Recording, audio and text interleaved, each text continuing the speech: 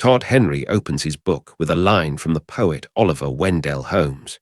He grieves for those who never sing and who go to their grave with all their music still inside them. Hold onto that image. All their music still inside them.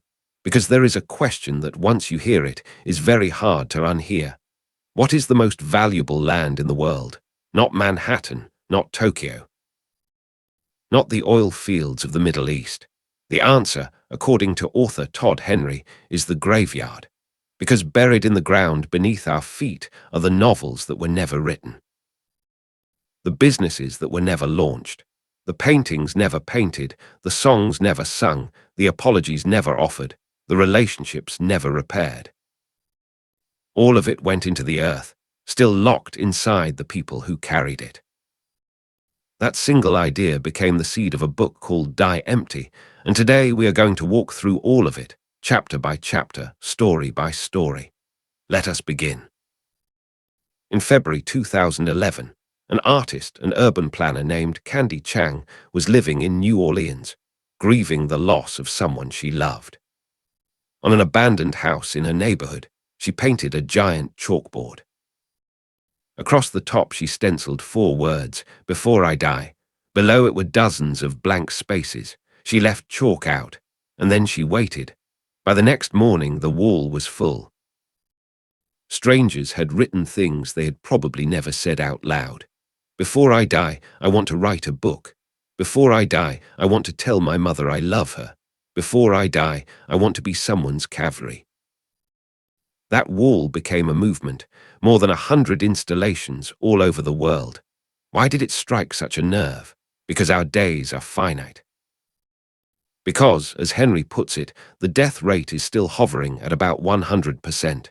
Henry heard the graveyard question in a meeting with a friend, and afterwards he wrote 2 words in his notebook: Die empty.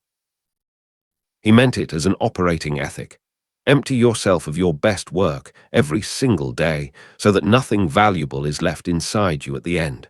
But he is careful here, and this matters. Dying empty is not about working yourself into the ground. The Japanese have a word for that. Karoshi, death by overwork. That is not the goal. It is also not about living recklessly as though tomorrow will never come.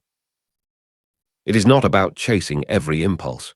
It is about preventative discipline, consistency, steady, patient progress on the things that actually matter, which brings us to the second idea, your contribution. Your body of work is simply the sum of where you chose to put your limited time, energy, attention, and resources. And Henry defines work broadly. Work is any moment where you make an effort to create value that did not exist before. Raising a child is work. Mending a friendship is work. In his 2005 commencement address at Stanford, Steve Jobs described a personal practice.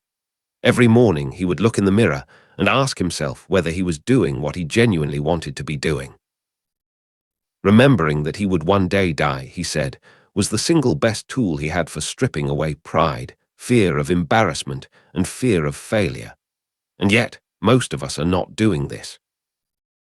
A study by Adobe surveying 5,000 adults across the world found that only 1 in 4 people felt they were living up to their own creative potential. The pressure of the workplace was crushing it out of them. Henry admits he fell into the same trap himself. After launching a book, he drifted into what he calls pointless efficiency. He was busy, he was productive, he was going nowhere. And that hollowness did not stay at the office. It followed him home and made him short-tempered and emotionally distant from the people he loved most. So how do you avoid that? Henry says sustained success requires 3 different kinds of work, and most of us are only doing 1 or 2. The first is mapping. This is planning, setting objectives, deciding what matters and what does not. The second is making. This is the actual execution. Hands on the keyboard, tools in the dirt, the tangible act of producing. The third is meshing. This is the work between the work. It is the reading, the curiosity, the skill building, the exploring of adjacent fields. It does not show up on any report, but it is what grows you.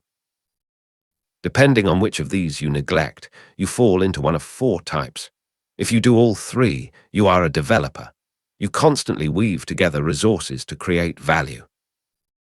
If you map and make but skip meshing, you are a driver. You are obsessed with immediate results, but you stop growing, and eventually your performance quietly declines. If you make and mesh but skip mapping, you are a drifter. You enjoy the process, you love learning, but with no strategy you end up with wasted opportunities and a graveyard of half-finished projects. And if you mesh and map but never make, you are a dreamer. Endless ideas, endless plans, and no courage to ship any of them. Now, here is a story about why the work matters even when nobody is watching. Sixto Rodriguez was a singer-songwriter from Detroit. He released 2 albums in the early 1970s. In America, they vanished without a trace.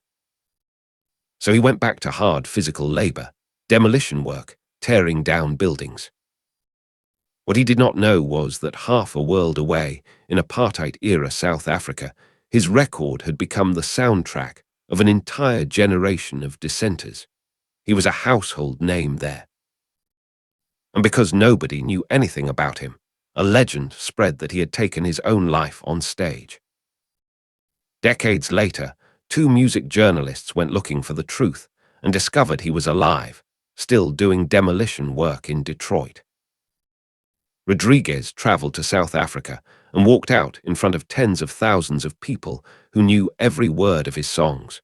But here is the detail Henry lingers on. Even during those decades of obscurity, hauling debris out of condemned houses, Rodriguez would show up to the job site wearing a fine suit. That is a craftsman's attitude. The quality of your work is not determined by who happens to be applauding. Now let us talk about the thing that quietly kills most careers: mediocrity. The word itself is fascinating. It comes from 2 Latin roots. Medius meaning middle and ocris meaning rugged mountain. To be mediocre is to stop halfway up the mountain, not at the bottom. Halfway, it is the sin of the person who could have made it. Henry tells the story of Julie, a designer at the top of her field. Promotions, recognition, all of it. And yet she had this sinking sense that she was standing still. She had fallen into something the economist Herbert Simon called satisficing. It is a blend of satisfy and suffice. It means choosing the option that is good enough to meet the immediate expectation, rather than pushing for the best possible one. Do that long enough, and your real work stays clogged inside you. There is a Super Bowl advertisement from 1999 that captures this perfectly. Children look into the camera and say things like, "When I grow up, I want to file all day. I want to claw my way up to middle management. I want to be a yes man. Nobody plans for it. It just happens. It happens because of the learning curve." We enter a new environment, we struggle, we master it, and then, having mastered it, we coast. Henry lists 7 warning signs. He calls them the 7 deadly sins of mediocrity, and they run A through G: aimlessness. Shooting at targets with no clear measure of success. Boredom, which is actually a signal. Boredom often means you are ready for a breakthrough if you would only follow your curiosity. Comfort. Choosing temporary stability over greatness. This is the same trap Clayton Christensen described for whole companies in The Innovator's Dilemma. Delusion. Acting on wishful thinking instead of self-awareness. Think of the tone-deaf contestants at a televised talent audition, genuinely shocked when they are rejected. Ego, rigidity and refusal to learn from failure. Fear, paralysis in the face of the unknown, and guardedness. Cutting yourself off from the relationships that would sharpen you. The rest of the book is essentially an antidote to each of these, so let us go through them. The antidote to aimlessness is defining your battles. As a teenager, Henry was obsessed with golf, specifically with driving the ball as far as humanly possible. He practiced his long drive relentlessly and could outdrive all of his friends, and his scores stayed flat. Because while he was hammering drives, his friends were on the practice green working on their putting. Drive for show, putt for dough. The lesson is that the flashy work is rarely the work that produces the result. It is usually something quiet and small and unglamorous. This is where Henry introduces something he calls your through line. Borrow the idea from writing. Every good piece of writing has a thesis, a single spine that everything else hangs off. Remove it, and the whole thing collapses into a pile of unrelated paragraphs. Most careers are exactly that pile. A job here, a project there, a skill picked up somewhere else, and no spine connecting any of it. Your through line is the sentence that runs underneath all of your work. It is not your job title. It is the problem you keep returning to, in every role you have ever held, whether or not anyone asked you to. Find that sentence, and suddenly, your scattered history stops looking like a series of accidents and starts looking like a body of work. Henry then challenges one of the most common pieces of advice in the world. Follow your passion. He met a young graduate named Lauren who found the advice paralyzing because it pointed entirely inward toward her own fulfillment. But look at the word. Passion comes from the Latin pati, which means to suffer or to endure. So the real question is not what makes you happy. The real question is, what work am I willing to suffer for? And genuine, productive passion tends to point outward at other people. It comes from three places: compassionate anger. Something is wrong in the world, and you care enough to step in and carry part of someone else's burden. Obsession. Being completely swept up in a problem, the way Bill Gates and Paul Allen were with software, or the way Scott Harrison was with clean water when he founded Charity Water. And hope. Seeing possibility where everyone else sees a dead end. Here is what that looks like in practice. Curtis Martin is in the Pro Football Hall of Fame, and Curtis Martin did not like football. He was not a fan. He hated running. What changed was a conversation with his pastor, Leary Joseph, who reframed the entire thing for him. Football was not the point. Football was a platform. It could be used to help single mothers and struggling kids, people like the ones Martin grew up around. Playing for something larger than the game, he became one of the great running backs in history. And he consistently gave between 12 and 20% of his paychecks to his foundation. Henry then asks you to do three things. Define your own operating code, the way the Boca Restaurant Group compressed their entire philosophy into 3 words: blow people away. Make a list of the battles you have abandoned.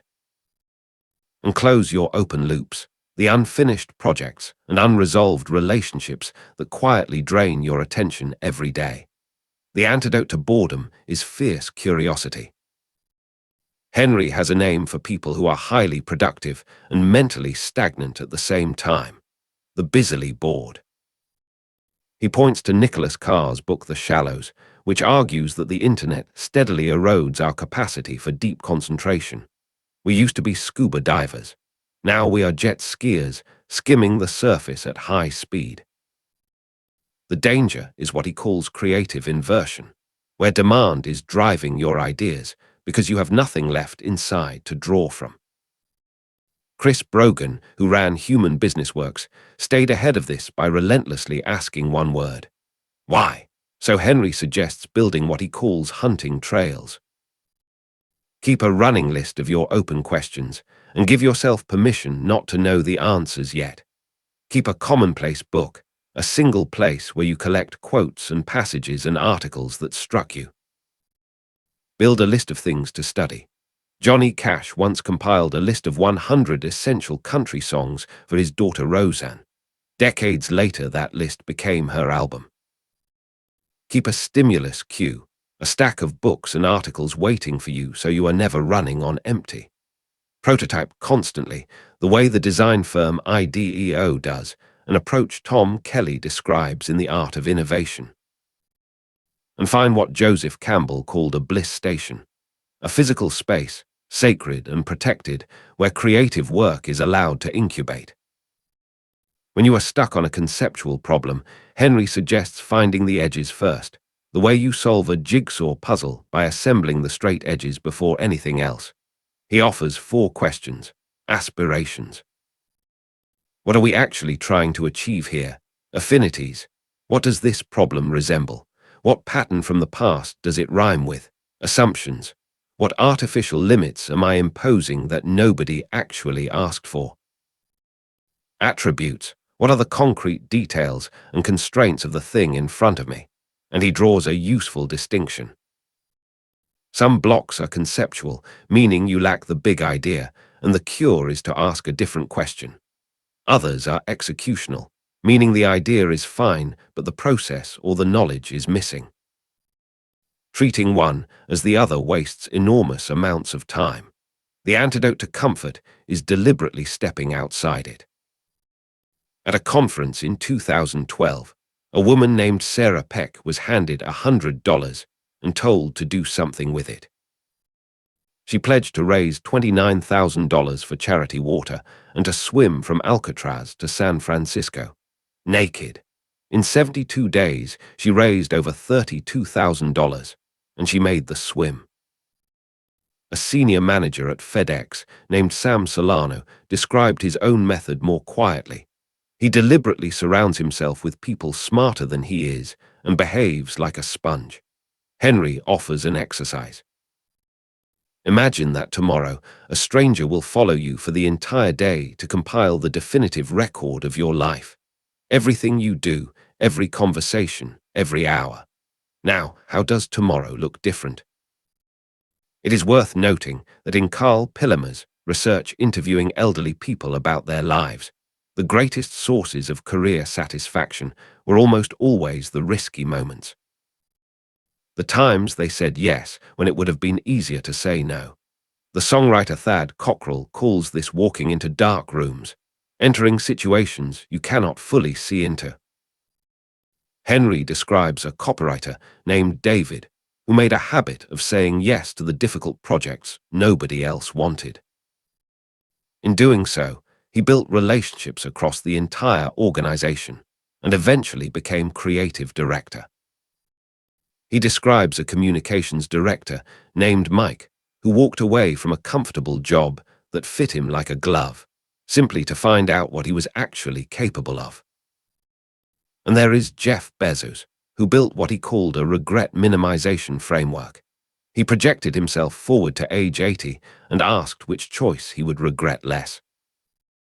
Leaving a lucrative Wall Street job to start an online bookstore suddenly became an easy decision.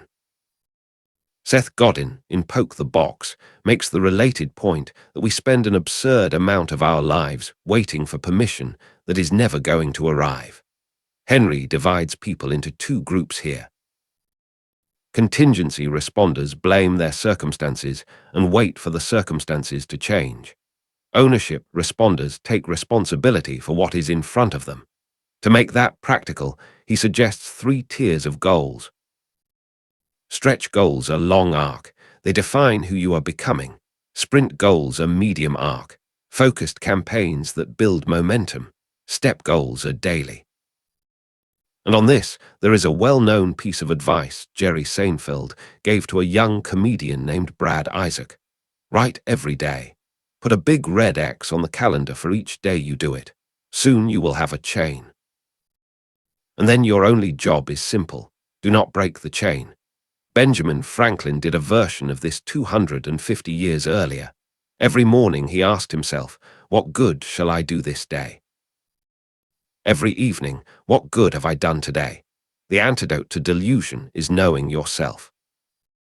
Imagine a colleague who coasts through a project, contributes almost nothing, and then does most of the talking in the final presentation and collects the credit. Your frustration in that moment is not really about them. It is about a story you carry, one you may have never articulated. Hard work is always rewarded fairly. Henry identifies 4 such destructive narratives that quietly run our lives. That recognition is the highest form of currency, that you are worth only what you produce, that you have to win everything, and that whoever dies with the most possessions wins. Children on a playground borrow identities. They become Batman, they become their favorite character. Adults do the same thing, and we can do it deliberately by choosing which attributes we want to grow into. Henry gives 3 clues for finding what is genuinely yours. The first is what intimidates you. When you encounter someone with real clarity, it unsettles you because it exposes the places where you have been vague. Stephen Pressfield called this force the resistance. Henry admits that his own intimidation at another writer's clarity is precisely what pushed him to outline this book. The second is what resonates with you. There are certain themes that make your pulse quicken every time you encounter them. Those are not random. The third is what complicates your life. The everyday problems that you notice and others walk past. That noticing is a form of assignment. Peter Bregman sets an alarm every hour, simply to check whether he is still pointed in the right direction. Henry keeps 4 words as his own code of ethics: artistic, curious, healthy, energizing. And then there is Jerry McLaughlin, co-founder of Branders.com, who described himself to young entrepreneurs as Marley's ghost. Dragging behind him the chains he forged over 20 years of choosing the safe decision over the right one. Alignment, Henry says, requires taking down all the scaffolding we build around ourselves. The titles, the credentials, the carefully managed image. It means standing there with nothing propping you up. He has a strange and perfect phrase for how that feels, like a cat on a beach, utterly exposed. Nowhere to hide, and no way to bury anything. The antidote to ego is confident adaptability. Henry tells a small domestic story. His son was jumping up the stairs and fell. Henry, alarmed, immediately issued a strict edict about stairway behavior. Later, he realized something uncomfortable. The rule was not really for his son's safety. It removed his son's ability to develop his own judgment, and it existed mostly to soothe his own anxiety as a parent. We do this constantly at work. At a round-table discussion, one agency employee admitted that he had been deliberately withholding his best ideas, as a kind of passive-aggressive punishment of a leadership team he found restrictive. He thought he was taking a stand. He was actually handing over control of his own career. Ego shows up in another way too, when we overcomplicate our work purely so nobody can accuse us of being simplistic. Henry draws the line between confidence and ego very cleanly. Confidence says, I can get this right. Ego says, I can do no wrong. Confidence says, I am valuable. Ego says, I am invaluable. Confidence says, strategic compromise is essential. Ego says, everyone bends to me. Jim Collins, in How the Mighty Fall, identifies the first stage of a great company's decline as hubris born of success. Henry's personal countermeasure to entitlement is small and specific. He tips airport drivers generously, in cash, as a deliberate practice of gratitude. He also points to Jody Glickman's framework, the acronym GIFT. Generosity, initiative, forward momentum, transparency. Write the encouraging note, call a colleague during your commute, mark other people's excellence publicly, and run a personal SWOT analysis on yourself. Strengths, weaknesses, opportunities, threats. Nothing grounds an inflated ego faster than honest inventory. The antidote to fear is finding your voice. This chapter opens with Henry's young daughter Ava sitting in a basement closet, typing on a toy laptop. When he asked her what her job was, she said, I don't know. They haven't told me yet. Most of us never fully outgrow that closet. We wait to be told. Some of us audit our work life instead of enrolling in it. We stay adjacent to the real risk, so we can never truly fail. Julia Cameron called the related behavior a shadow pursuit. You choose the safe substitute that sits right next to your actual calling. You edit instead of writing. You manage artists instead of making art. Consider Lauren Long. He switched from communications into graphic design, struggled financially at a greeting card company, and kept going largely because his father kept telling him to. He approached illustration the way a plumber approaches a job. Show up on time, every day, and do the work. At 39, illustrating covers for young adult books, he had a realization. His actual gift was not drawing. It was storytelling. That understanding eventually led him to illustrate the little engine that could. Jada Bumrad and Robert Krulwich built Radiolab through pure trial and error, and eventually won a MacArthur Fellowship.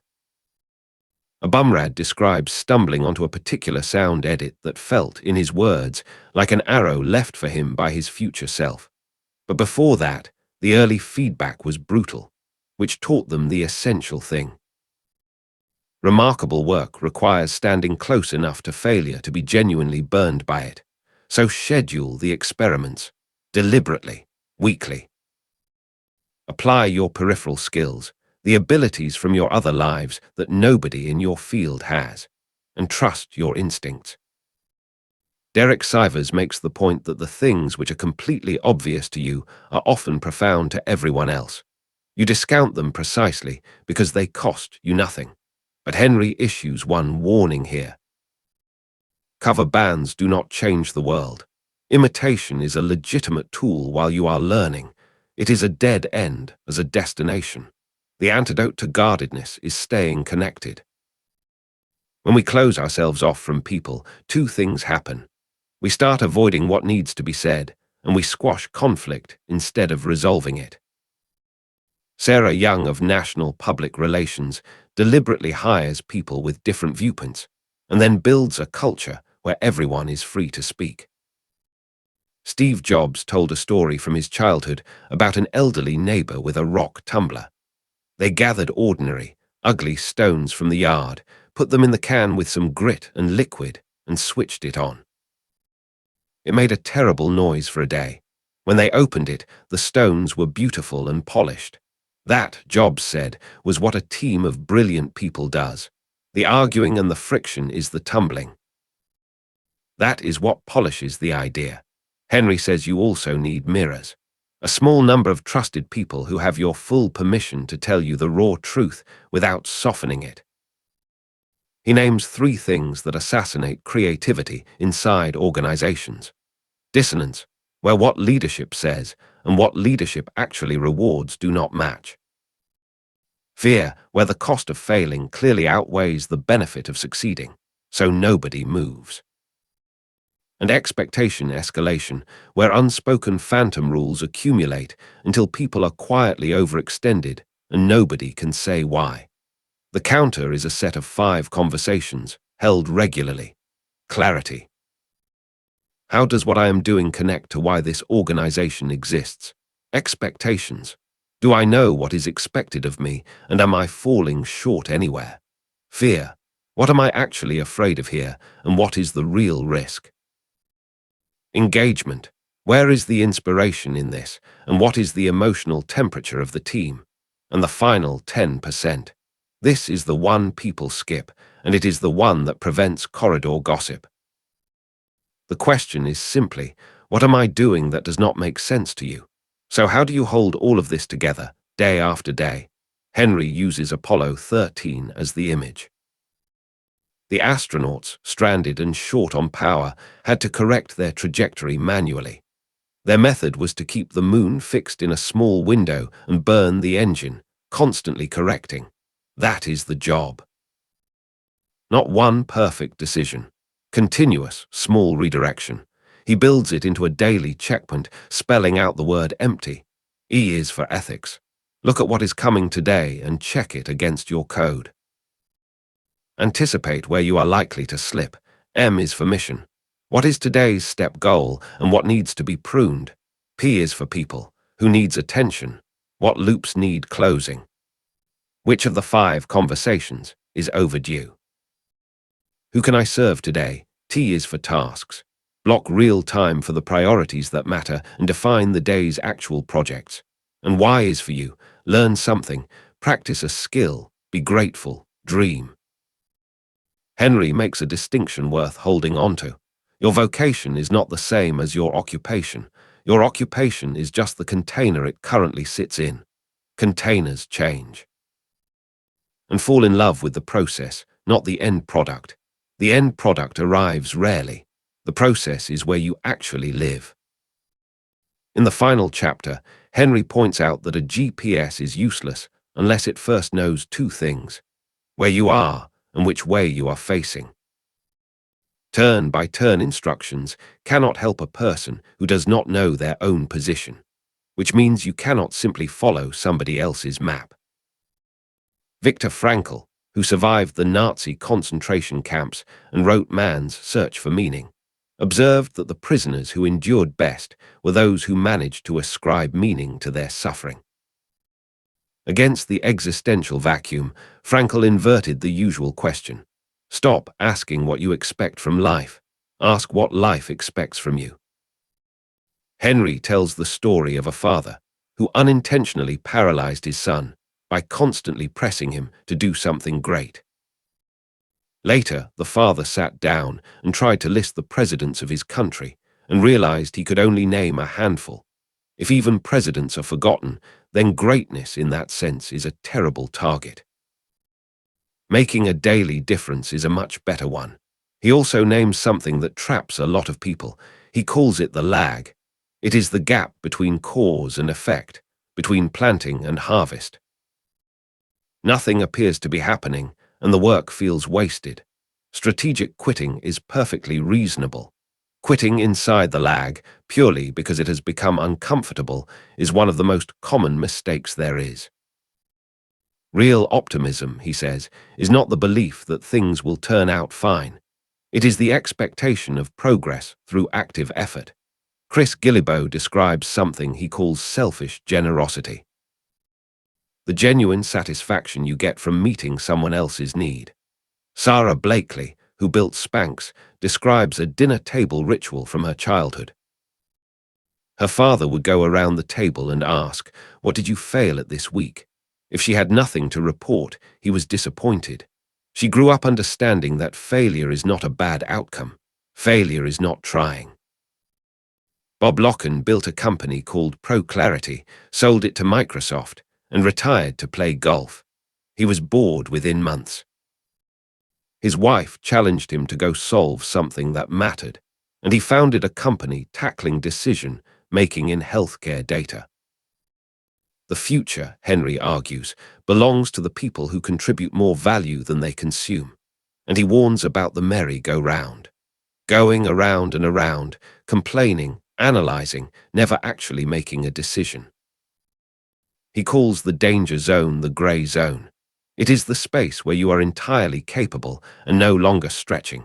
It is comfortable. It is also where careers quietly end. The book closes with something personal. When Todd Henry was 16, he woke up one morning unable to move his legs. Doctors eventually found a swollen mass in his abdomen, roughly the size of a softball, pressing against a major nerve. The infection had come from a small habit. He used to lick his fingers and wet the soles of his basketball shoes for better grip on the court. He spent 2 months in hospital. He lost 50 pounds. He had to learn to walk again. And somewhere in there, lying in that bed, he heard the song The Living Years by Mike and the Mechanics. There is a line in it about how it is too late once we are gone. That was the moment it landed for him, not as an abstraction, as a fact. This ends, and it may end without warning. What came out of it was not fear, it was courage. He started writing songs. He played them in front of people. He fought his way back onto the basketball court. And that is the whole argument of this book, compressed. Every moment counts. Every choice is a deposit into a body of work that will one day be finished, whether or not you meant it to be. So build something you would be proud to leave behind. Do the work today. Empty yourself of it. Because the graveyard is already the most valuable land in the world, and it does not need your contribution. Thank you for watching. If this was useful to you, consider subscribing, and let me know in the comments which of the 7 sins of mediocrity you recognized in yourself.